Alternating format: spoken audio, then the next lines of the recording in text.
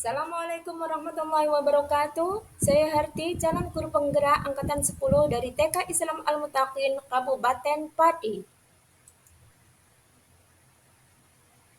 Di sini saya akan memaparkan demonstrasi kontekstual modul 1.3 tentang visi guru penggerak. Untuk merumuskan visi guru penggerak ini, bisa menggunakan pendekatan inquiry apresiatif, yaitu mengidentifikasi hal baik yang sudah ada di sekolah dan mencari cara-cara bagaimana hal tersebut dapat dipertahankan dan memunculkan strategi untuk perubahan yang lebih baik lagi. Agar dapat menerapkan pendekatan inquiry apresiatif, langkah yang dapat diterapkan dengan metode Bagja. Bagja terdiri dari B. Buat rencana, A. Ambil pelajaran, G. Gali mimpi, J. Jabarkan rencana, A. Atur eksekusi. B. Buat pertanyaan. Buat pertanyaan berisi pertanyaan-pertanyaan untuk menentukan arah penelusuran. A. Ambil pelajaran dengan memandu bagaimana pengalaman positif dari individu, kelompok, atau komunitas yang akan dijadikan pembelajaran. G. Gali mimpi, berupa narasi keadaan ideal jika prakarsa perubahan telah terwujud. J. Jabarkan rencana, dapat mengidentifikasi tindakan-tindakan yang akan dilakukan. A. Atur eksekusi, yaitu membantu perubahan menjadi nyata.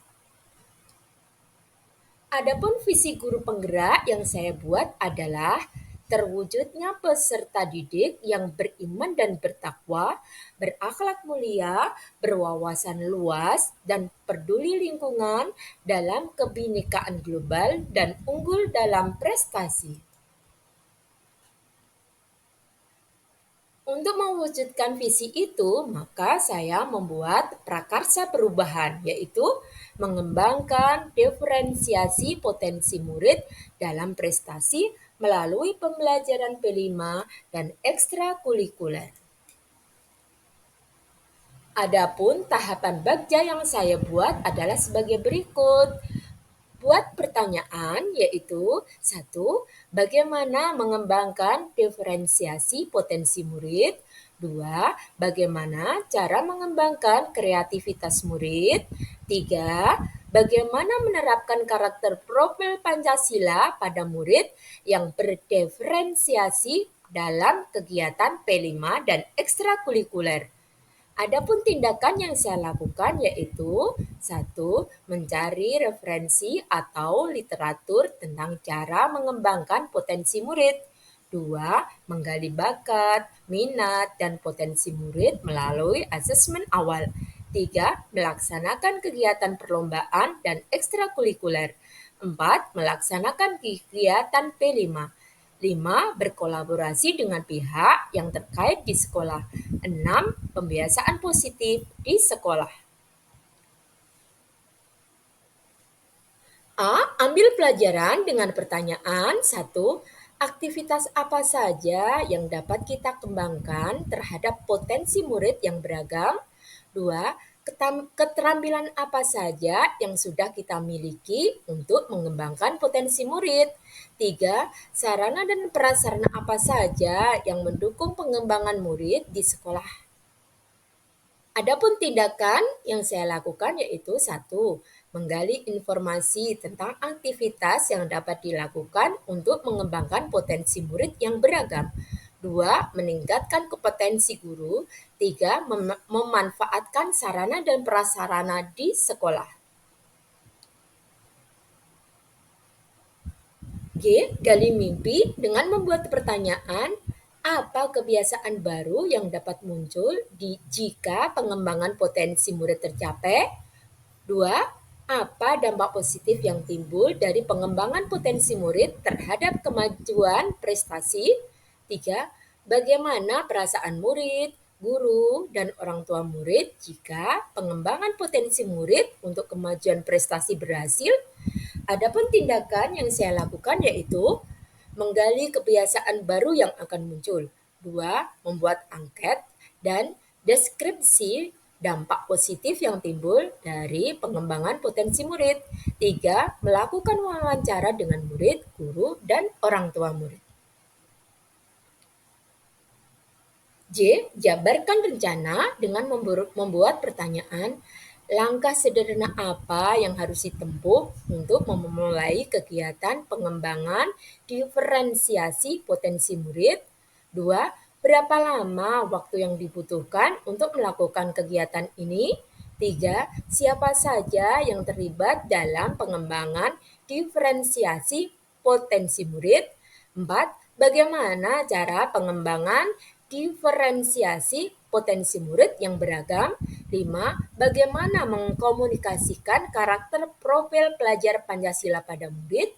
Adapun tindakan yang saya lakukan yaitu 1. Membuat daftar pertanyaan tentang hal apa saja yang dibutuhkan dalam kegiatan P5 dan ekstrakurikuler. 2. Membuat jadwal mulai dari perencanaan, pelaksanaan, evaluasi, dan refleksi. 3. Membuat daftar nama pihak yang terlibat dalam kegiatan. 4. Membuat program pembelajaran berdiferensiasi yang menargetkan kebutuhan belajar murid. 5. Melaksanakan pembelajaran berbasis proyek P5 yang memberikan kesempatan bagi murid untuk mengekspresikan minat dan bakatnya pada tahap kontekstual di mana murid bebas berkreasi dalam membuat rencana, persiapan, dan pembuatan proyek. 6. Memberikan pemahaman kepada murid tentang profil pelajar Pancasila pada tahap pendahuluan dalam kegiatan P5.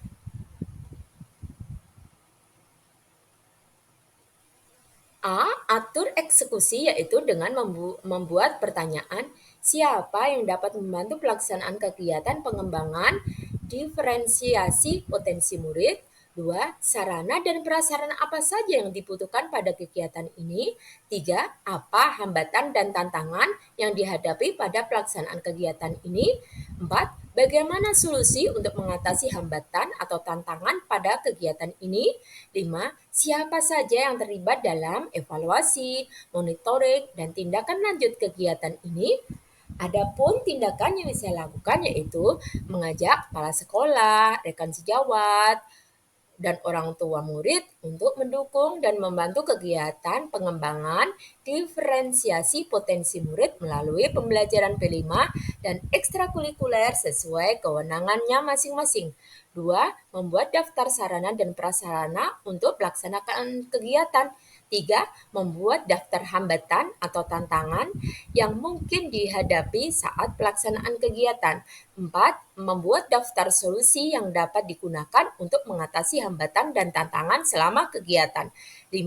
Mengajak kepala sekolah dan rekan sejawat untuk mengevaluasi, memantau, dan menindaklanjuti kegiatan.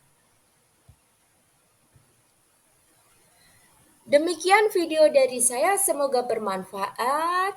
Salam guru penggerak. Wassalamualaikum warahmatullahi wabarakatuh.